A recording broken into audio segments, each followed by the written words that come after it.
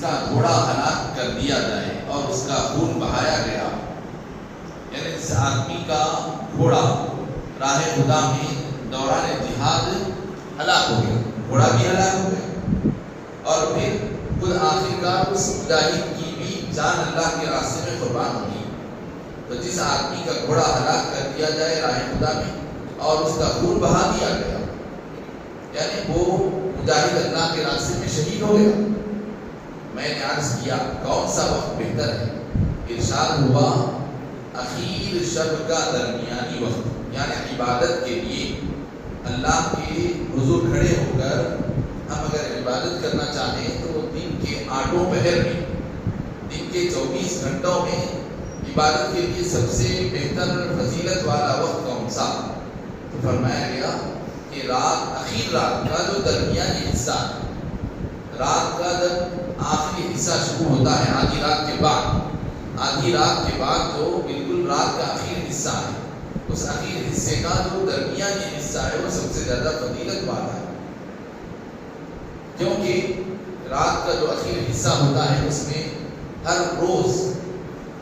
اللہ رب العزت آسمان دنیا پر نزول فرماتا ہے۔ ہر رات کے آخری حصے میں اللہ تعالیٰ کی تجلی خاص آسمان دنیا پر نازل ہوتی ہے اور اللہ تعالیٰ کی طرف سے ندا لگائی جاتی ہے، آواز لگوائی جاتی ہے کہ ہے کوئی مغفرت کا طلبگار کہ میں اس کی مغفرت کروں، ہے کوئی عافیت کا مانگنے والا کہ میں اس کو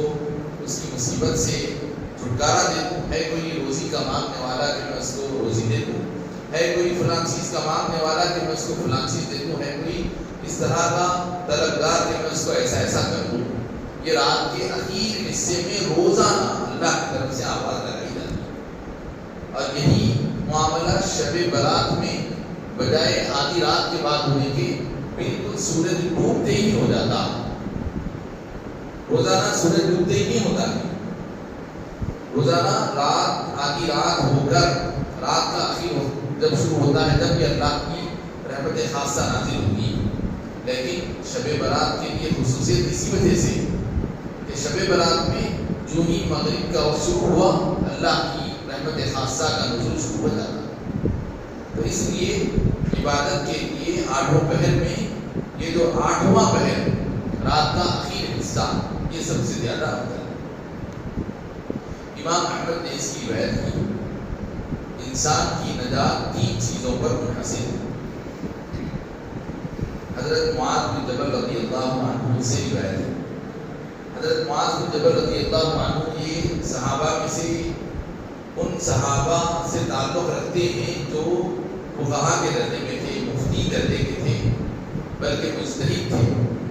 حضرت رسول پاک صلی اللہ علیہ وسلم ان کے اندر جو تفقہ اور مجتہدانہ صلاحیت تھی کہ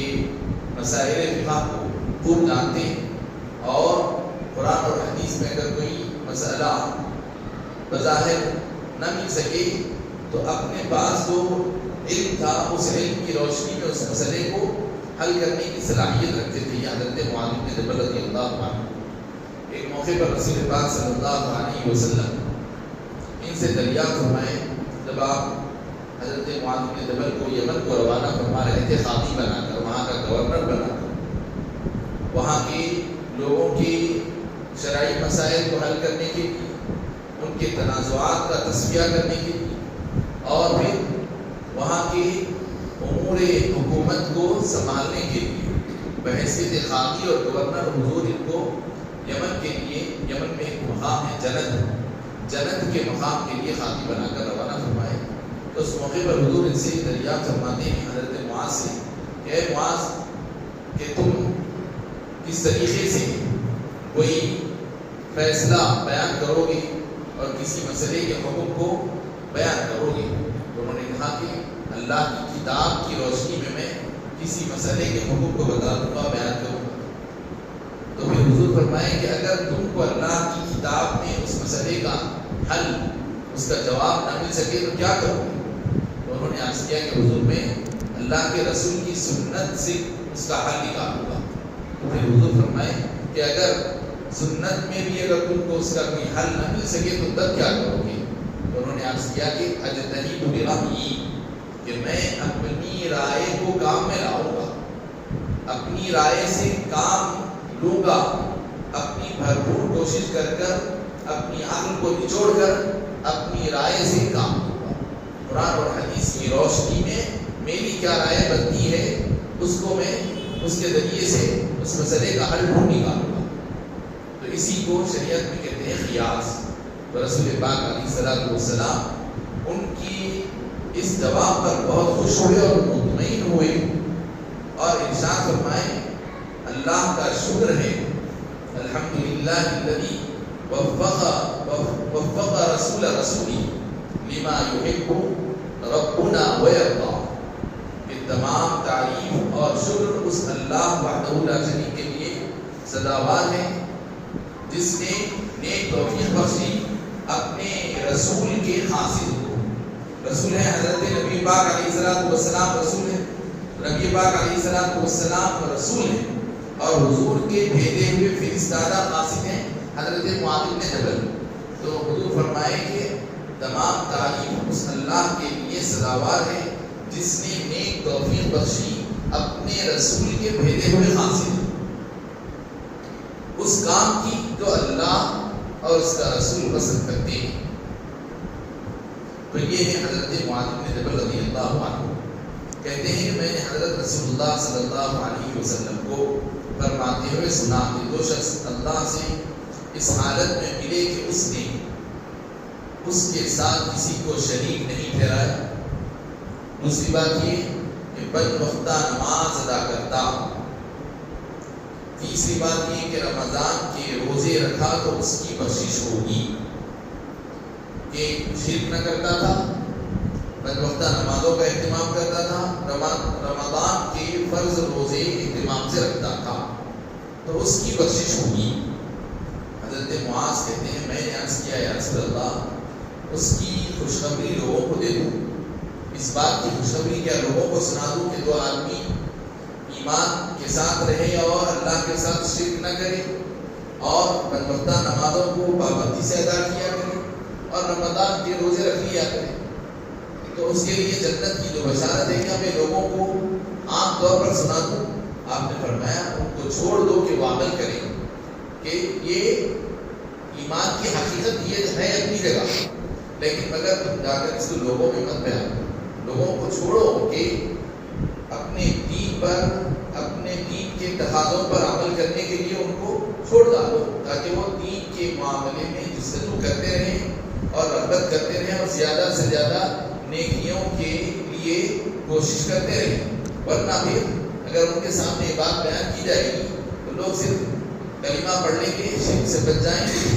اور نماز پڑھ لیا کریں گے، روزے رکھ لیا کریں گے، لیکن دیگر جو دین کے معاملات ہیں اس میں تساہل اور لاپرواہی اور غفلت برتنے لگیں گے کہ اب وہ بغیر بات کی ان کے پاس کوئی اہمیت نہیں رہے گی، پڑوسیوں کے ساتھ اچھا سلوک نہیں کریں گے، کیونکہ اب ان کے ذہن میں یہ بیٹھ جائے گا کہ نماز پڑھیں گے، روزہ رکھ لیں گے تو جنت ہمارے لیے مل جائے گی۔ اس لیے ایسا مت کہو، بلکہ لوگوں کو ان کے اپنے اخلاقی معاملات میں اور دین کے دیگر اور جو ابواب ہیں ان ابواب میں بھی ان کو خوب سے خوب جستجو کرنے دو۔ امام احمد نے اس کی روایت کی افضل ایمان میں 4 باتیں شامل ہیں، یعنی کسی آدمی کا ایمان تو خیر آدمی کلمہ طیبہ کلمہ شہادت پڑھ لینے سے آدمی کو ایمان حاصل ہو جاتا ہے، آدمی مسلمان ہو جاتا ہے، لیکن آدمی کا ایمان جو فضیلت والا کمال والا نورانیت سے بھرپور جو ایمان ہوتا ہے، ایمان کامل جو بن سکتا ہے، جس کو افضل ایمان کی سب سے زیادہ فضیلت والی صورت کیا ہو سکتی ہے؟ حضرت معاذ بن جبل رضی اللہ عنہ سے روایت ہے کہ انہوں نے حضرت رسول اللہ صلی اللہ علیہ وسلم سے دریافت کیا افضل ایمان کیا ہے؟ آپ نے ارشاد فرمایا اللہ کے لیے محبت کرنا، اللہ کے لیے کسی سے دوستی رکھنا اور اللہ کے لیے دشمنی رکھنا اور زبان کو ذکر الہی میں جاری رکھنا۔ یہ 3 باتیں حضور نے ارشاد فرمائی کہ ایمان کا اونچا مرتبہ فضیلت والا مرتبہ کیا ہے کہ ہم جو چیز کو بھی چاہتے ہیں جس سے بھی ہم کو دوستی اور محبت ہے وہ اللہ کی خاطر ہونی چاہیے. دنیا کی مفاد کی خاطر کسی سے محبت ہے، کسی سے دوستی ہے، کسی سے تعلق ہے، دنیا کی غرض کی خاطر ایسا نہیں ہونا چاہیے، بلکہ اللہ کی خاطر ہونا چاہیے جس سے بھی دوستی اور تعلق ہے. اور کسی سے اگر ہم دوری اختیار کرتے ہیں، دشمنی اختیار کرتے ہیں، اس سے اپنا تعلق ختم کرتے ہیں، تو اللہ کی خاطر ختم کرنا، اپنے نفس کی خاطر، دنیا کی غرض کی خاطر نہیں ہونا چاہیے. اور زبان کو ہمیشہ یاد الہی سے، ذکر الہی سے، اللہ رب العزت کے اسم مبارک، اللہ رب العزت کی صفات، اللہ کے دین کے احکام کو بیان کرنے، ان کو پڑھنے، ان کو دوسروں تک پہنچانے کے کام میں آدمی اپنے آپ کو مصروف رکھے. اس طرح اپنی زبان کو ذکر الہی میں در رکھنا، زبان سے ذکر الہی کو جاری رکھنا. پھر انہوں نے عرض کیا یا رسول اللہ اور کیا چیزیں؟ ارشاد ہوا لوگوں کے لیے وہی بات پسند کرنا جو تم اپنے لیے پسند کرتے ہو. دوسرے لوگوں کے لیے تم جو چیز پسند کرتے ہیں اپنے لیے تم جو پسند کرتے ہیں دوسرے مومن بھائی کے لیے بھی وہی پسند کرو. مثلا یہ کہ کوئی دو چیزیں تمہارے سامنے ہیں اور ایک تم کو رکھ لینا، ایک اپنے مومن بھائی کو دینا. تو اب اگر تم یہ کر لیتے ہیں کہ اس میں کی جو اچھی ہے اپنے لیے رکھ لیں اور جو خراب ہے وہ بھائی کے لیے چھوڑ دیں، تو فرمایا جا رہا ہے کہ ایمان کے تقاضے کے خلاف. ایمان کا تقاضا یہ ہے کہ جو تم کو اپنی ذات کے لیے پسند آتی ہے وہ اپنے بھائی کے لیے چھوڑو، اور جو دوسری ہے وہ تم اپنے لیے پسند. عام طور پہ اس میں خیانت یہ ہو جاتی ہے، آدمی یہ کرتا ہے کہ دوسرے دو آدمیوں کے لیے بھی وہ چیز ہے. ہمارے لیے بھی کوئی آدمی ہم کو امانت دے کر بھیجا کہ ایک آپ رکھ لیں، سامنے والے کو پہنچا دیں. تو انسان کی فطرت یہ ہے کہ جو اچھا اور بہتر ہے اپنے لیے رکھ لینا چاہتا ہے. انسان کی فطرت میں ہے یہ کیفیت. لیکن ایمان کا تقاضا یہ ہے کہ جو اچھا اور بہتر ہے وہ اپنے بھائی کے لیے چھوڑ دیں اور خود اس میں سے جو کمتر ہے وہ رکھ لیں. یہ ایمان کا تقاضا ہے. لوگوں کے لیے وہی بات پسند کریں جو تم اپنے لیے پسند کرتے ہو، اور ان کے لیے اس بات کو ناپسند کرو جو تم اپنے لیے ناپسند کرتے ہو. تو دوسروں کے لیے ہم جو چیز کو ناپسند کرتے ہیں، دوسروں کے لیے بھی ہم وہی چیز کو ناپسند کریں تو اپنے لیے ناپسند کرتے ہیں. تو اگر وہی چیز ہمارے لیے پسندیدہ ہے تو اپنے ساتھی کے لیے بھی وہی پسند کریں، اور کوئی چیز ہمارے اپنے حق میں ناپسندیدہ ہے تو اپنے ساتھ والے کے لیے بھی اس چیز کو آپ ناپسند کریں. یہ ایمان کا تقاضا ہے. امام احمد نے اس کی روایت کی. یہ الحمدللہ آج جو ہم ایمان سے متعلق کتاب الایمان، جس میں ایمان کی بنیادی باتیں، ایمانی عقائد، اسلام سے متعلق جو بنیادی تعلیمات ہیں اس کا ذکر کتاب الایمان کے تحت چل رہا تھا. اب اس کے بعد ایمانیات سے متعلق ہی ایک اور چیز ہے کہ گناہ کبیرہ کیا کیا چیزیں ہیں جو آدمی کے لیے حلال نہیں ہیں. ان کے گناہ کو سمجھنا چاہیے اور ان کی حرمت کو سمجھنا ایمان کا تقاضا ہے. اور منافقت کی علامتیں کون سے برے کام، کون سے گناہ کے کام ہیں جو منافقت کی علامت ہے. کیونکہ اگر کوئی آدمی ان گناہوں کو حلال سمجھے گا، گناہ کو گناہ نہیں سمجھے گا اور حلال سمجھے گا، تو پھر آدمی کافر ہو جائے گا، مومن نہیں رہے گا.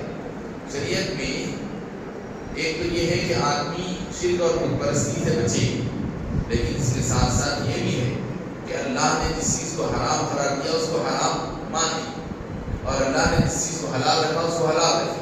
اللہ کے حرام ٹھہرائی ہوئی چیز کو اگر کوئی آدمی